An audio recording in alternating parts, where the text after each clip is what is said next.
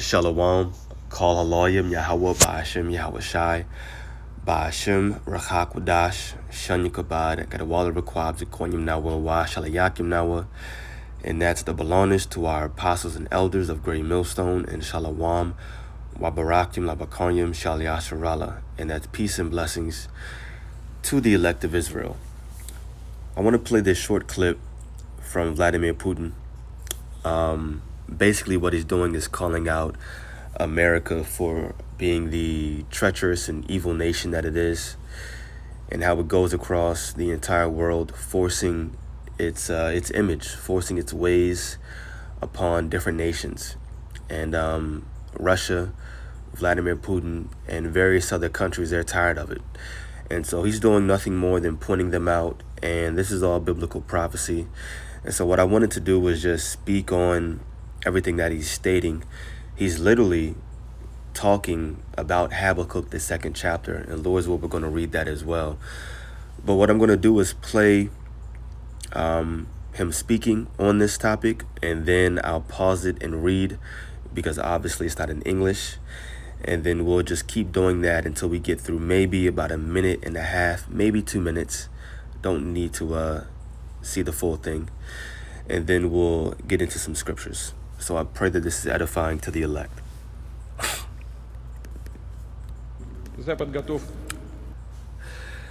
It says, the West is ready to cross every line for the sake of preserving the neocolonial system, which allows it to live off of and plunder the world. Той неоколониальной системы, которая позволяет ему паразитировать, по сути, грабить мир за счет власти доллара и Thanks to the domination of the dollar and technological supremacy. Собирать с человечества. They want to continue collecting the hegemon's rent, tribute payments from humanity, which is their primary source of unearned prosperity. Источник незаработанного благополучия, ренту гегемона. Сохранение этой ренты. The preservation of this rent is their main, real, and absolutely self-serving motivation. Ключевой, подлинный и абсолютно корыстный мотив. Вот почему их интересам отвечает. It is therefore in their interest to de-sovereignize the world. Тотальная десуверенизация. Отсюда их агрессия. This explains their aggression towards independent states, traditional values and authentic cultures, К независимым государствам, к традиционным ценностям и к самобытным культурам. Попытки подорвать. as well as their attempts to undermine international integration processes, new global currencies, and technological development centers they cannot control. Подконтрольные им интернациональные и интеграционные процессы, новые мировые валюты и центры технологического развития. Им критически важно, чтобы It is critically important for them to force all countries to surrender their sovereignty to the United States. все страны сдали свой суверенитет в пользу Соединенных Штатов. Правящие верхушки In certain countries, the ruling elites voluntarily agree to do this and become vassals. Others are bribed or intimidated. одни государства добровольно соглашаются это сделать, добровольно соглашаются стать вассалами. Другие их подкупают, запугивают, а если не получается... And if this doesn't work, they destroy entire states, leaving behind humanitarian disasters, devastation, ruins, millions of wrecked and mangled human lives. Разрушают целые государства, оставляя после себя гуманитарные катастрофы, бедствия, руины. Миллионы загубленных, искореженных человеческих судеб. Террористические анклавы, зоны... Terrorist enclaves, social disaster zones, protectorates, colonies, and semi-colonies. They don't care and only worry about extracting their own benefit. Социального бедствия, протектораты, колонии и полуколонии. Да им все равно, лишь бы получать свою выгоду.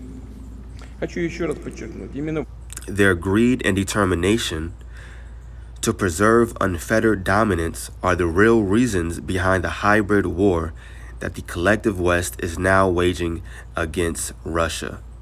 Maybe one, two more sentences or statements. Алчности, в намерении сохранить свою ничем не ограниченную власть и есть подлинные причины той гибридной войны, которую коллективный Запад ведет против России. Они желают нам не свободы, It says they don't wish us freedom, they want us to be a colony. а хотят видеть нас колонией. Хотят не равноправно. They don't want equal cooperation, they want to plunder our wealth. And he goes on for about maybe 40 more seconds. They stand up and clap, boom, end of the speech. But that's it. So he said a mouthful right there. And if you listen closely to everything that he was stating, then you'll see the easy comparison to Habakkuk, the 2nd chapter. When we start reading here at verse 5, it says, Yea, also, because he transgresseth by wine, and wine right here represents philosophies or other philosophies outside of this doctrine, outside of the Bible. Yea, also, because he transgresseth by wine, he is a proud man. Remember, Putin said that the only reason they're doing all of this is to preserve their dominance. That's a proud man. He is a proud man, neither keepeth at home, who enlargeth his desire as hell, and is as death, and cannot be satisfied, but gathereth unto him all nations, and heapeth unto him all people. Now let's read that verse 5, Bible comparison. We'll get it in the NLT. Verse 5 in the NLT says, Wealth is treacherous, and the arrogant are never at rest. That's America. They open their mouths as wide as the grave, and like death, they are never satisfied. They just have to continue taking over some new country here, new people there, push their ways out there, force people to bend to their rules. That's America. And like death, they are never satisfied. In their greed, they have gathered up many nations and swallowed many peoples. Remember, Putin said that what they do is they force different countries and their leaders to have their sovereignty under America, which makes them not a sovereign nation anymore. And if that forcefulness doesn't work, then what they do is they go into your country. They'd probably destroy it economically if they will. You do have something called economic hitmen. People have actually been coming out like actual economic hitmen and been talking about the things that they used to do, writing books and everything on it. And then they'll go up in there, they'll put their own president, their own leader up in there, some random dude that's basically listening to them, listening to America. Or they'll just destroy your country flat out. They'll destroy your currency system. They'll destroy your economy, kill people, start riots. They hire people to go in there and do these things, all so that they can bring some kind of solution and make it seem as if they're helping you out, helping out that country. And that's how they gather up all nations and swallowed many peoples, just like Putin was saying. So pointing out America. And he's an Edomite. They're all Edomites over there in Russia as well. And those EU nations, I'll just say. But the difference is America has a lot to pay for because of its wickedness and what it's done. America has a very important role in prophecy. It says, shall not all these take up a parable against him and a taunting proverb against him? And that's what we're talking about. And say, woe to him that increaseth that which is not his. How long? And to him that ladeth himself with thick clay. Shall they not rise up suddenly that shall bite thee, and awake that shall vex thee? And thou shalt, it says, and thou shalt be for booties unto them. Now verse 8, because thou hast spoiled many nations, all the remnant of the people shall spoil thee, because of men's blood, and for the violence of the land, and of the city, and of all that dwell therein.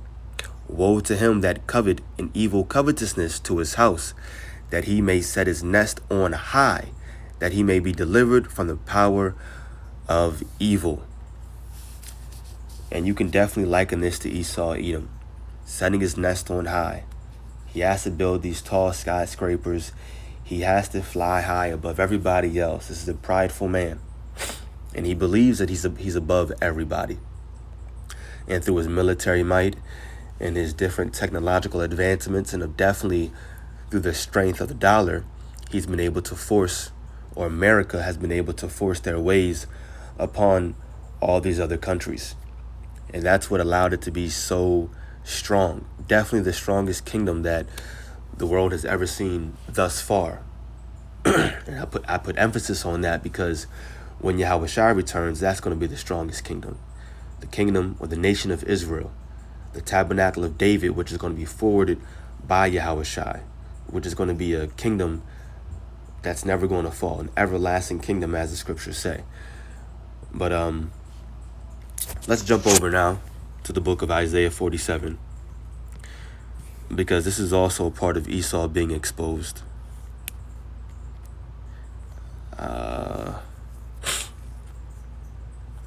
Isaiah 47:1 says, "Come down and sit in the dust, O virgin daughter of Babylon," that's America, "and sit on the ground.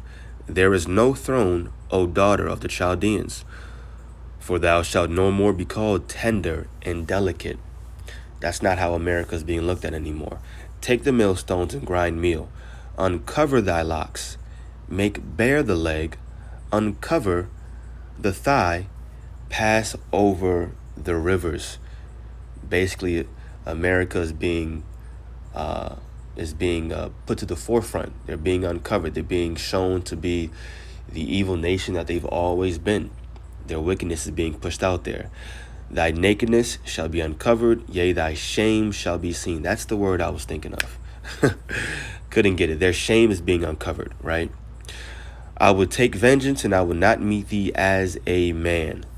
And that's referring to Yahushua when he returns to destroy this place. It's going to be by those nuclear missiles and also the fire from the chariots. We'll keep reading. "As for our Redeemer, the Lord of hosts is his name, the Holy One of Israel. Sit thou silent and get thee into darkness, O daughter of the Chaldeans, for thou shalt no more be called the Lady of Kingdoms." So America is no longer being looked at as this tender and delicate place, this place where you could go and all your dreams are being fulfilled, this place where you could just come and start businesses and prosper and flourish, and this place where the streets were paved with gold. No more. People are realizing that this place is wicked, that it's been going around forcing its ways and causing death and disaster amongst different countries. Is really the reason for unhappiness in the earth. It's America and the people that are running it, Esau, Edom. Of course, how could we not read a few scriptures in Revelation 18 chapter? And I'll start reading at the top. It says, "And after these things, I saw another angel come down from heaven." This entire chapter is talking about America. "Having great power, and the earth was lightened with his glory.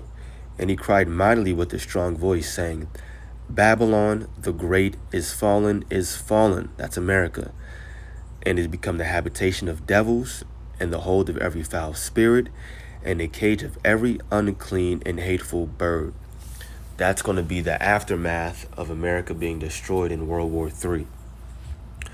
"For all nations have drunk of the wine of the wrath of her fornication." Once again, that wine is referring to America's philosophies, the image of this place. So all nations have drunken of that, because remember, Putin said some countries, some leaderships, they basically say, you know what, they succumb. And they're just like, whatever, we'll listen to you all and we'll give up our sovereignty to America, right? So they've drunk of the wine of America. And then it says, "And the kings of the earth have committed fornication with her, and the merchants of the earth are waxed rich through the abundance of her delicacies." A good example of that is China. China basically has a lot of exports to America, and America imports a lot of products from China. Not only that, you have Moabites, so-called Chinese people. They'll come over here, they'll get loans, start up businesses, and then they'll prosper and they'll send money back home to their family in China. So that's an example of the merchants waxing rich through the delicacies of America. And I heard another voice from heaven saying, "Come out of her, my people, that ye be not partakers of her sins, and that ye receive not of her plagues." And that's what we're looking forward to. Actual physical deliverance, right? Yahweh Shai saying this and the elect being delivered. In the chariots, might I add. And verse 5 is what I wanted to read down to. It says, "For her sins have reached unto heaven, and the Most High, Yahweh Bashem Yahushai, hath remembered her iniquities." Everything that Putin was talking about are the sins of America, are the iniquities that have reached unto heaven. And the Lord didn't forget. He hasn't forgotten these things. And there's going to be a payback. There's going to be a recompense for the things that Esau Edom has done through his forcefulness with the sword, using America and its military might, forcing their dollar upon other currencies, forcing just overall their image, right? Their democracy for sure. Had to definitely state that at least once in the video, because that's a big thing that they push amongst these other nations. There really isn't a good place to stop. Could read this entire chapter. It goes into, America, like I mentioned. And Apostle Gabar just did, I believe, a 2-video breakdown of Revelation 18th chapter. Of course, the first half of it, one video going into the first half, second video going into the second half of it. So if you want that, just go to his page and check that out. If you know it, I can't remember it off the top, but if the Spirit wants you to find it, if you want to find it, then you'll get it. And there are plenty breakdowns. Just type it in, actually. What am I saying? Just type in Revelation 18, full breakdown, GMS, word it however you have to do it. I'm sure you'll find a full breakdown on it. But nonetheless, I pray that this video was edifying to the elect. Just wanted to point out America's wickedness and how it's being pushed out there from other nations. And Russia, we didn't even get into it, but Russia has a very big part in prophecy. When you read Ezekiel, the 38th chapter, they're referred to as Gog and Magog. But that's definitely for another time. Once again, I pray that this was edifying to the elect. Call Halayim, Yahweh Bashem Yahushai, Bashem Rachak Wadash, double honors to our apostles and elders of Great Millstone. Peace and blessings to the elect. Shalom.